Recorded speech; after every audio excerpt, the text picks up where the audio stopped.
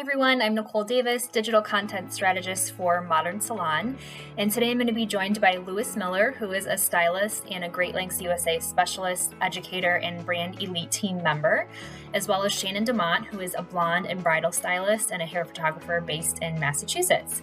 And we're going to be talking all about building your book and your clientele on Instagram. First, we want to thank the Salon by InStyle for graciously sponsoring this discussion today. Are you ready to take the next step in your career? The Salon by InStyle inside JCPenney has fulfilling opportunities for emerging and established stylists. Visit jobs.jcp.com to learn more. And without further ado, let's get into the discussion.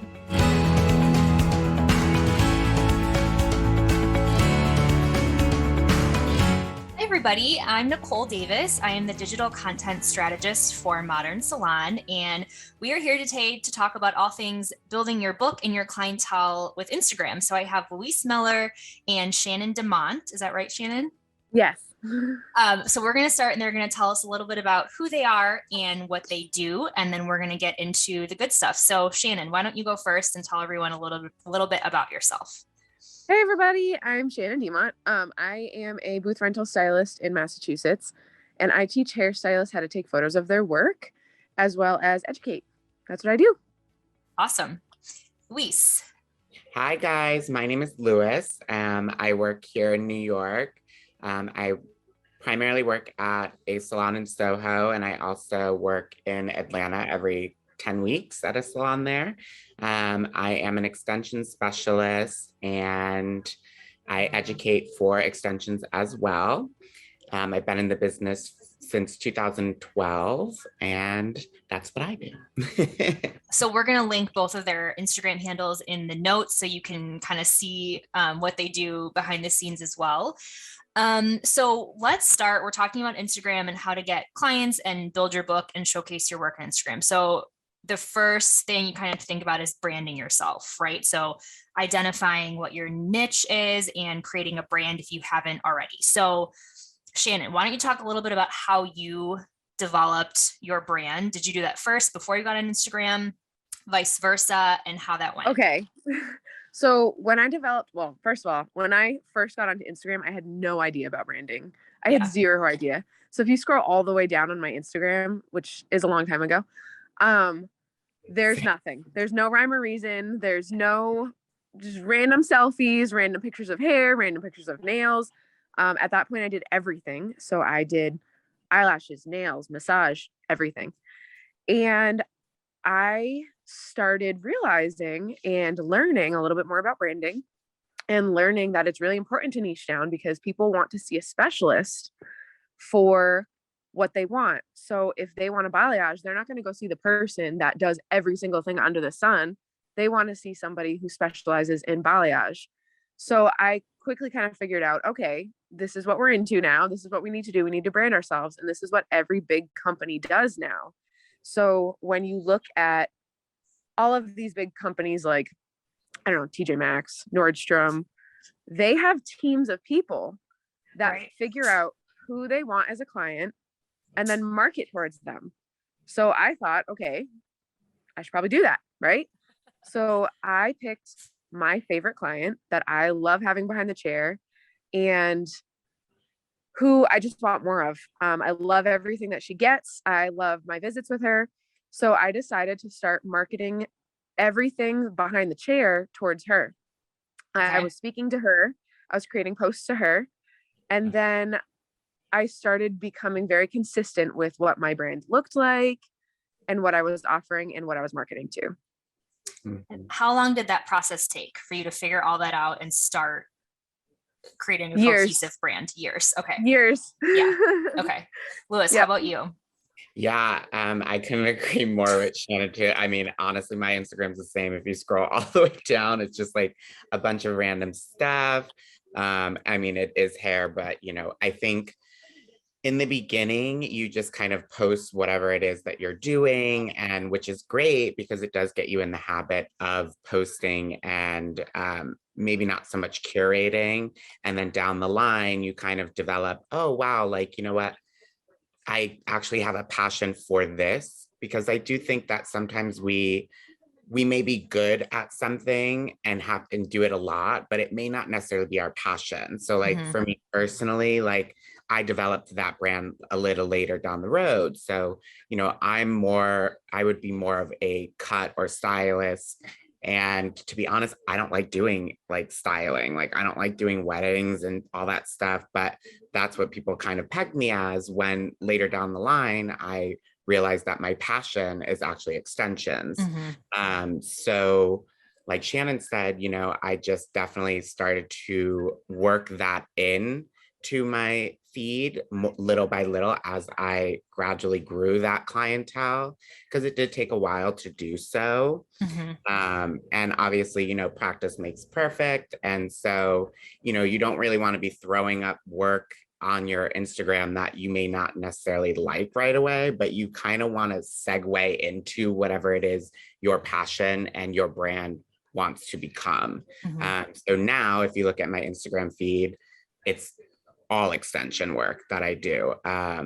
So I think I figured out my clientele that I wanted to attract first, and then slowly started to introduce that into my brand.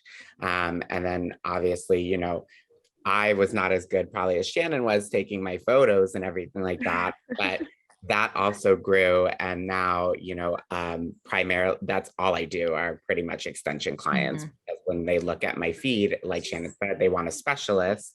And now that's what I've curated. So I definitely think in your head, you want to plan your clientele and then strategically start to like post more and more about it to draw their attention. And it kind of seems like it's a walk before you run kind of thing. Like Shannon said, it took years. It sounds like it probably took years for you too, Lewis. Like that's okay. Like you don't have to. I think sometimes people get overwhelmed with Instagram because a lot of people have such beautiful curated feeds and they know exactly who their clientele is and who they're speaking to. And if you're a new person starting out, or if you don't have any idea what branding is, like that can be a little overwhelming. So it's okay to take those little steps and really think about it. You don't have to do it all at one time. Exactly. Just start kind of introducing it to your feed. Like still post what you're really good at, because obviously you want to attract your client's attention and eye, but introducing something new, if that's the route you want to go in, is definitely, you know, it gets their attention like, oh, they do this as well. But, you know, definitely. So let's talk about what you need for branding. So like assets, like you need great photography, Shannon, you need a name, potentially you need like a theme sort of. Like how did you guys narrow down what that looked like for each of you? Shannon, why don't we start with you? So I researched what my client does. I honestly I nailed down my market like to a T of where they are at what times, what they do, what they like, what colors they like, what they're drawn to. And I created a Pinterest board of all of these things. Love it. And I put them all together. I narrowed it down to like, okay, I want these colors. I feel like these colors represent the person I'm trying to attract. And they give the feel. I think that's really important too. I feel like people get like really caught up in like, oh, I need to make sure all of the colors are perfect and everything's perfect. But in reality, like when you're posting things to attract a client, you're posting to give them the feels. Right. You're posting to make them feel something. So I think about, you know, what is this making people feel right now? Is this making them feel what I want them to feel? So I go off of that. I created photos that make people feel something, and I created a brand that makes people feel something. I love that. Yeah, that's cool. I mean, as far as assets, I think I look to others on Instagram. I scroll through my feed, and Shannon's a perfect example. Like I would be looking at hers for photography and, you know, what really attracts the eye. And if it attracts my eye, usually on my feed, then that's something that I want to draw attention to and make sure that I'm kind of educating myself on, because I feel like it's forever changing. And, you know, everyone's trying to stand out a bit more on Instagram. And so for me, I think the best asset to be using is Instagram itself, and who you draw inspiration from. And, you know, a lot of people now on social media too post like tutorials and, you know, how to videos and things like that. So just kind of marking those and saving them to re-inspire you every now and then, or go back and practice and look at your work versus their work, definitely helps me. I'm constantly furthering that. So Yeah. And Shannon, I like what you said about there's a good like balance of being curated and beautiful, but also like showing being imperfect and like showing your real self and making things look real. Cause I think that sometimes turns people off too, is it when it looks too good? It's like, is this really real? Is this really happening? Totally. Yeah. Totally. yeah, I cannot curate for like, I can't curate. My brain is just like melts. I'm like, bleh. And Louis, you actually mentioned this in your email to me initially, and we'll talk about this in a little bit, but you said you like to use stories to kind of show like day to day and maybe more like imperfect stuff, and you save the feed for more, purposefully thought out posts. Yeah, I think, do you want me to answer to that? Yeah. Let's talk about it now. So I think it's super important when I see a curated feed, I see beautiful work, which is great, but you can go to them and their personality might suck. Like, I don't know. And especially during like certain processes, like the last thing you'd kind of want to be do is sitting in your stylist chair for, 3 to 5 hours, depending on what you're doing, and not get along with them or not like their personality. And so I do think it's super important to every now and then throw in something personal in life as a post. It may not necessarily have to be like your kids or your dog or something like that, but just like maybe a photo of yourself in the salon, like giving thanks or whatever it may be, just so that they kind of see you, rather than just the back of clients' heads or these transformations, because I think it does show your personality, and sticking to stories with your personality, those only last for 24 hours. So, sometimes when I go out or something, it goes for 24 hours, but it does, it gives the client a feel of like your life and your personality and how you would react, because that client can look at that and be like, oh my God, I really get along with them. Like they seem like a lot of fun, or they seem like super boring or dull. Like, I don't know, but I think it is super important to add that difference every now and then, just to show you. Yeah, they definitely want relatability, like things that they can relate to. Yeah. Relatability. And you also talked about, Louis, like you don't believe in doing a business page and a personal page. Like you are your brand essentially, especially for you guys, like you're solopreneurs, sort of, you're on your own. And so even though like this is what people get is you, and so you want to balance that relatability and showing those moments of your life, but also with your professional portfolio. 100%. Yeah. People laugh at me because like when you have both a personal and business page, I'm like, okay, you get one, which one do you want? Like, because I do, like we just said, I think you are your brand. Exactly. You couldn't have said it better. Yeah. That's perfect. You are your brand. And I think people want to see that. Obviously, still be careful what you post, but maybe stick that to close friends. But right. True. So talk about both of you why you think branding is so important on social media, especially today. Like there are tons of hairstylists out there, tons of hair photographers, I'm sure. Like why is branding and figuring out who you are and who you serve so important? Okay, so I'm gonna try to explain it like this. This is my favorite explanation of it, because it helps me understand like why it's so important. So if you have two of the best people at, let's say, violin, okay? You have two of the best violinists in the whole entire world in the same place, okay? But one has marketing that really stinks. The other one is always going to succeed. So a lot of the times skill actually depends on marketability. So your branding is where that comes in. Your branding is so important, and it's the face of you. It shows, again, it represents you. It represents what people are going to feel when they come sit in your chair.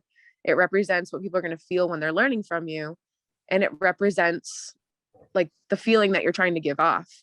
And that's what people want to relate to. If they go to like a perfect feed of nothing but perfection, they're kind of like turned off a little bit now, because not everybody's perfect. And I think that people kind of see through that now a little bit too. Like they want to see the parts that they can relate to you about. They want to see your personality. So I think that branding and marketing is actually sometimes, I don't want to say more important than the skill, but I would say equally as important as the skill. Interesting. Okay. Yeah, I love the violin analogy. That's great. Violin analogy. Yeah, I think I agree with Shannon. And I also feel like it kind of sets you up in a way to be noticed by other brands, depending on what it is that you're trying to venture off in. If you are trying to partner or anything like that, you kind of want to stick to a brand that's your aesthetic and something you live by. Meaning like, if you're eco-friendly or something like that, and you want to work with brands that are eco-friendly or all natural, you want to stick to that brand so that you can grab those brands' attention. Okay. Awesome. Shannon, I wanted to ask you about photography. I know that can also be overwhelming for some people if they're not experts. You kind of learn as you go, most people. Do you have like 1 or 2 tips that you could share for maybe newbies that are not great at photography or for showcasing their work? Oh, goodness. Okay, so this is my favorite thing ever to talk about. And I can talk about it literally all day. But I would say, oh my gosh. I would say, oh gosh, where do we start? I would say, okay, I love what Lewis said actually about how you save other people's inspiration. I think that's a great place to start. Scrolling through Instagram, if you see something that catches your eye, save it and analyze the crap out of it and try to figure out how they did that posing, how they did the lighting, what did they use for a tool. And I think really mastering the tool that you are using, whether it be a phone, a camera, honestly, we're in an age right now where we can go on YouTube and learn anything. Right. So sometimes it's so funny because people are like, oh, like, how do I know how to use my phone? Like, give me some iPhone tips. And I'm like, I can give you all the tips in the world, but I'm going to tell you right now, I can also Google all of those tips in the world. Like you can go on Google and you can find every single iPhone tip that there is and every single photo tip that there is. So I like to encourage people to do the research and analyze the photos that they love, figure out why they love it and how to get that. So I look at it from a photography perspective and not a hairstylist perspective. So I figure out, what are photographers doing right now? What apps are they using? How are they editing their photos? What lighting are they using? What poses are they using? Because when we think of it from a hairstylist perspective, a lot of the times we're just taking those back of the hair photos and it's like kind of boring. So I research a lot of what photographers in my area are doing. I shadow them. I work with them. I think like a photographer. That's a great idea. Yeah, because that's what we're trying to do. So my favorite tips I would say are, I think we need to show more personality in our photos. So again, instead of just having a back of the hair photo, when we look at that, that doesn't give us any sort of feeling. It just shows us the hair, right? But when we see a face, if somebody is frowning, it gives us a feeling. If somebody's smiling, it gives us a feeling. So I think capturing our clients' personalities, getting them to smile, getting them to laugh, and not just posing them, but getting them to feel something and then taking a photo of it, I think is really important. Okay. Love that. Yeah, I've definitely tried to have my clients take more selfies. Like I actually turn the camera around now when I'm taking photos so that they can see their selves in it. And I'm kind of like, just pose as if you were doing a selfie. You just don't need to hold it. And I feel like that really helps kind of capture their personality as well. So like, oh, I need to be sexy, or oh, I need to be flirty, or, and they can see themselves all glammed up, which is nice for them to see as well, rather than you just holding it and they're like, I don't really know what to do. Yeah. And they know their best angles. Yeah. So I think that's awesome. Yeah. And now obviously you can do so many awesome and fun and funny things with reels and other types of video too, to show things in motion, which I think is really fun too. And it kind of gives you the best of both worlds. Like you can see the work and maybe even document the process, but then also see the client and the finished result in kind of a fun way. I love reels. Same. Reels are a whole nother beast, aren't they? Yes, they are. Okay, so let's jump to we're going to talk about posting. So how you come up with content ideas, themes, like things that have worked well for both of you. So let's talk about first how you come up with ideas. Do you plan them out? Is it spur of the moment? Do you have like 3 different post types that you stick to and you kind of rotate? Shannon, how do you approach this? So I do a little bit of both, I would say. I try to plan out a lot of my posts. Honestly, I'm a busy person. Sometimes it doesn't happen. There's weeks that goes by and I'm like, oh crap, I forgot to plan out my post this week. Yeah. So sometimes they are spur of the moment, but I do feel like people notice when it is spur of the moment. And I feel like it doesn't get the best, traction. Whereas when you plan things out, yeah, I think when you plan things out, people notice like that you've put the work into it and it's something that you can relate to them. So I do a little bit of both, honestly. And I would say I have 3 people that I market to. And I don't think that's typical for everybody, but right now I have brides, I have lived-in hair, and I have stylists. So I alternate my posts. So if you look at my page, every like couple of posts will be a post marketed towards my clients, a post marketed towards my brides, and then a post marketed towards stylists. So I think it's really important to narrow down who you want to market towards and then create content like you're speaking to them. Like, okay, what can help educate them? What do they want to know about their hair? What do they want to know about the process? What do they want to know about the behind the scenes part of that?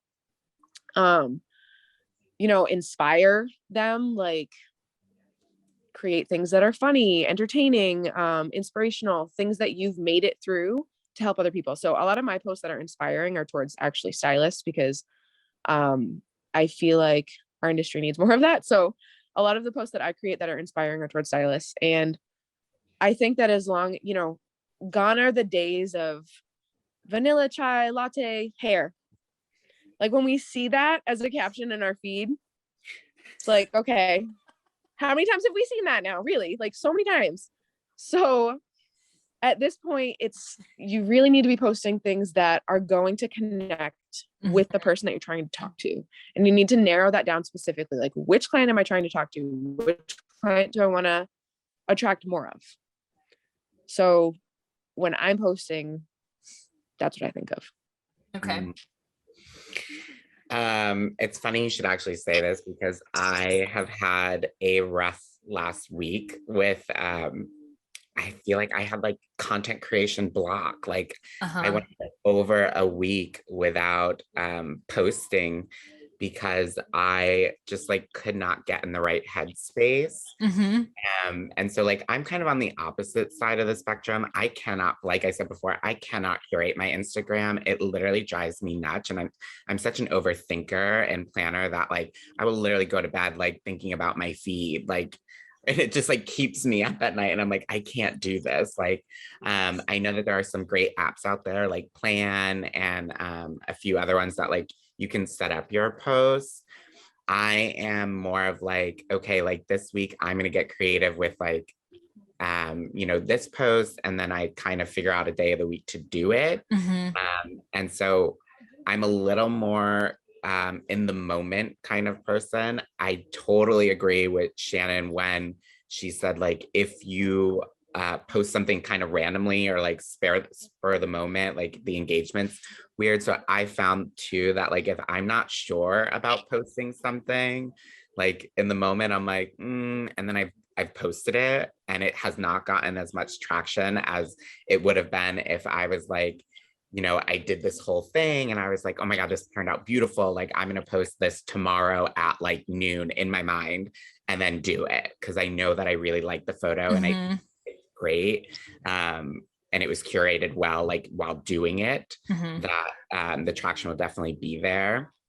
That's interesting. So trust your gut. By this point, like you'll know what is going to engage and what won't. Definitely. I've literally been sitting on a photo for like a week and I'm like, do I post it? Do I post it? Like, okay, wait, this has been too much. But I will say, like, I think it's super important too to sometimes, because I did step back for a week. I didn't even really want anything to do with social media, to be quite honest. My brain was just like, but I did find myself focusing more on being behind the chair with my client, which you kind of develop a sense of like, oh, okay, like re-inspiration kind of, not focusing on the content side of it. Like, oh, I have to do this for content because I work with brands a lot. So sometimes I'm contracted to post, which is a lot of pressure, especially if I don't know how to say no to certain things. So I take on a lot. Sometimes it's nice to take a step back and just be like, okay, like let me refresh, rethink, reset, and then re-inspire yourself to like post and figure your things out. Cause like, you know, I'm just starting that again like this week now. I feel re-inspired and refreshed. So That's good. Hey, that is good. So talk a little bit about interacting with people on social media. Like I think a lot of times people post and they just post and it like goes out into the sphere and then like that's it. Like there's a social aspect to social media. So how do you manage that, and how do you aim for connecting with a certain number of people like per post, or how do you approach that, Shannon? I love that you just said social media is social. It is social. Yeah. So there is nothing that drives me more crazy than when I comment on somebody like that I look up to, especially like, oh my gosh, I love this work that you did. And it's just crickets. It's like, why did you post? Right. So I think a huge part of social media is getting social, making sure you're social, connecting with people, really connecting. For a while, there was a lot of like sharking happening, where it was the thing to like go to people's profiles and like comment on all of their things. And, you know, but now I think people are really craving a deep connection with other people, especially during COVID, not seeing people for a while. So I'm noticing I get the best traction when I develop a relationship. So that means like, oh, there's a local business down the street and I really want them to come see me. I'm going to follow them. I'm going to interact with all of their stories that they post over the next month. And we're going to have a connection. We're going to have a conversation like, oh, I went to your place. I really loved it. I'm Shannon. Nice to meet you. Like making connections, I think is super important. So when I'm looking for my ideal client, I do that also. I will look at my client that I have in my chair now and say, this is the person I want to attract more of. I will go to her profile. I will find who's commenting and interacting with her things. And I mean, the cool thing about social media is you can literally find everything you need to know. What does their hair look like? How old are they? Like, is this somebody, what's their personality like? Is this somebody that I want in my chair? And if it is, great. Start following them, start connecting with them, you know, try to meet them, like see, I mean, don't be creepy about it. Don't try to be like, hey, let's meet up. But you know, if they're at an event, like, oh, I was there too. What'd you say, Lewis? It's a sliding in the DM. Yeah, you know. So I think human connection right now is super important. I agree. I think it, like we had kind of discussed before, I think it shows your personality. It makes you approachable. It makes you relatable at times. It shows people that you're not just like posting just because, or that you're kind of like untouchable, especially coming from a stylist point of view, working behind the chair. You know, we live on commission. So the last thing you'd kind of want is someone to think that you're not approachable or relatable to be sitting in your chair. Because at the end of the day, as much as you love doing hair, we also love making money. So, you know, I think when people think that you're untouchable on social media, it's kind of a turn off. And so, yeah, like Shannon does too. Like I connect with local businesses around me. I have some favorite restaurants that I frequent, that I follow, and they know who I am because of that, because I post about them and things like that. So I think just connecting with people in general. Again, like Shannon said, we had a rough year last year. It's still a little rough, still a little rocky right now, but you know, people are kind of craving that connection. And so I definitely think engaging with your following and clientele base is very important. Okay. So we have a little less than 10 minutes left, and I want to get to like the meat, the good stuff. So getting business, from Instagram. So this could be clientele, this could be partnerships, ambassadorships, any of that stuff. Let's start with clients. How do you get clients to come to you and, more importantly, book and then come to an appointment using Instagram? Okay. Yes, this is great. This is my favorite thing to do. And actually, I get probably about 75% of my clients from Instagram. Wow. Okay. Yeah. It's a good chunk. So I think, again, it depends on where your market is. I market to people that are going to be on Instagram. So there's a lot of college students on Instagram. There's a lot of people, I'd say around like age 30 on Instagram. So that's who I market to. I think if you're trying to go for the more mature age range, Facebook is probably the place to go. But I market on Instagram. And when I'm doing that, I do exactly what I said before. I will literally find my perfect guest and I will create a connection with them. I do a lot of word of mouth on Instagram.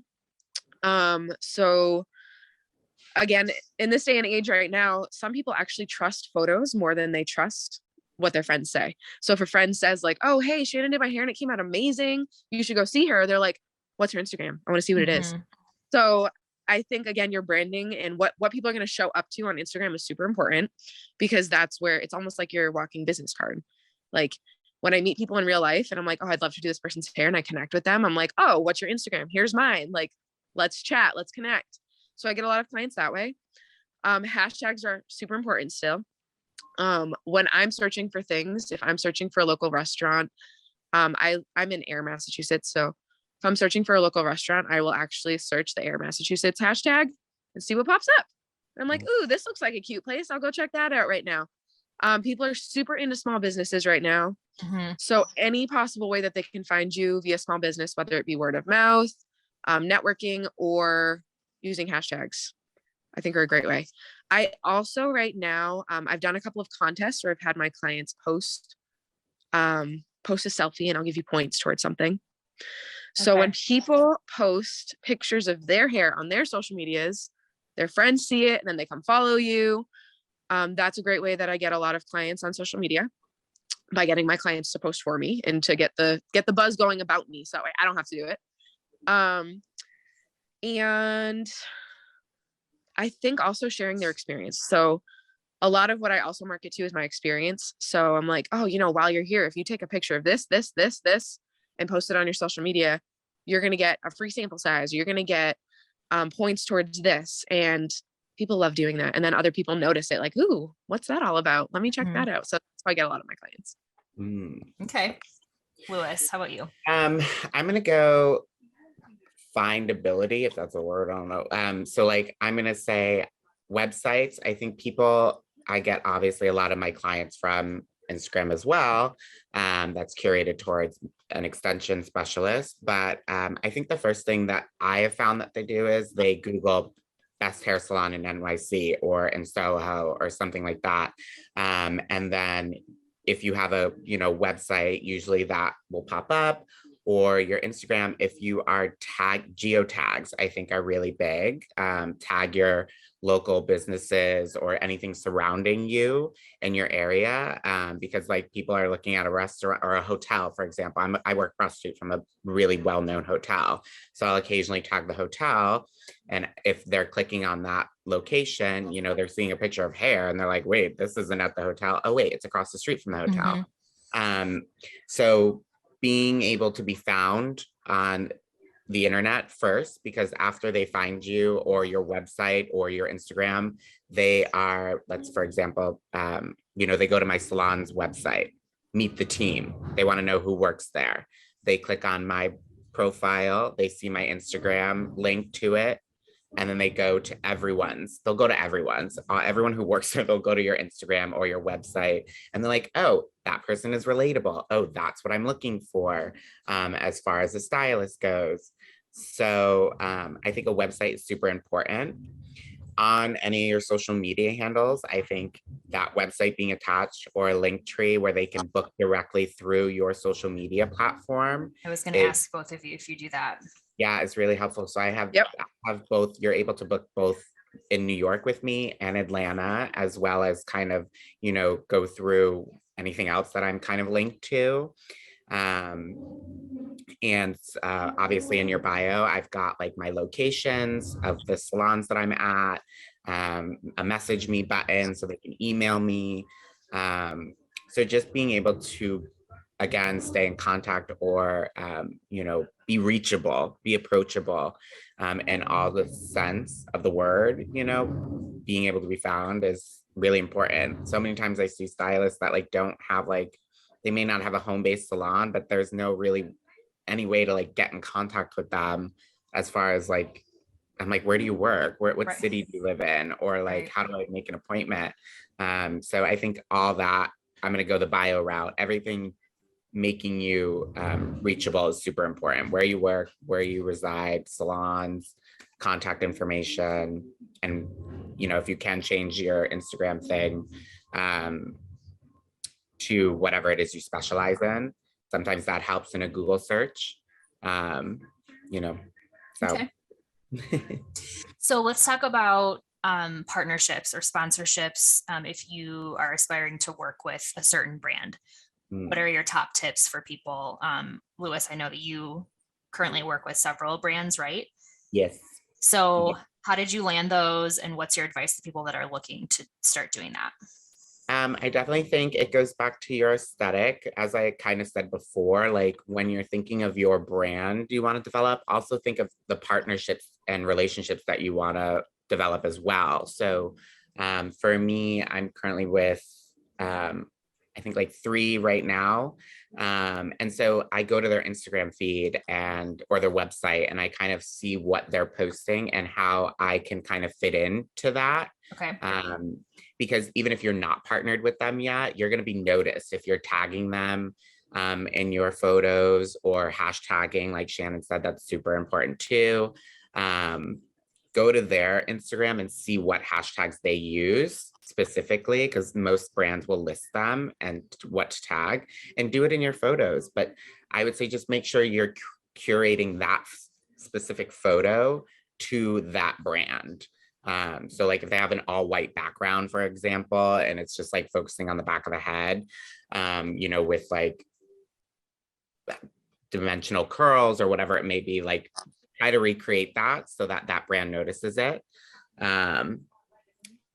Respond to their stories, follow them, just like Shannon does with her places as well. Get noticed, comment on things, be kind of regular on that, and you'll be noticed. And so the only tip the big tip is just make sure you're curating towards that brand. Okay. Shannon, how about you? We have about a minute left. So any nuggets you can get? I was going to say, honestly, persistency. I don't want to say I annoy them, but I kind of annoy them. Like I feel like I post enough to annoy them. So that's how I get their attention. Awesome. Thank you both so much for all of your insight and advice and all of this. I think this was a great convo, and you both have a really unique perspective, which is awesome, but a lot of through lines. So that's a good thing. Like there are things that are working for both of you that you can pass on to others. So love it. Thank you both so much. Of course. Thank you. All right. Thank you for having us. Thanks for joining us today. And again, special thanks to the Salon by InStyle for sponsoring our webinar today. Are you ready to take the next step in your career? The Salon by InStyle inside JCPenney has fulfilling opportunities for emerging and established stylists. Visit jobs.jcp.com to learn more.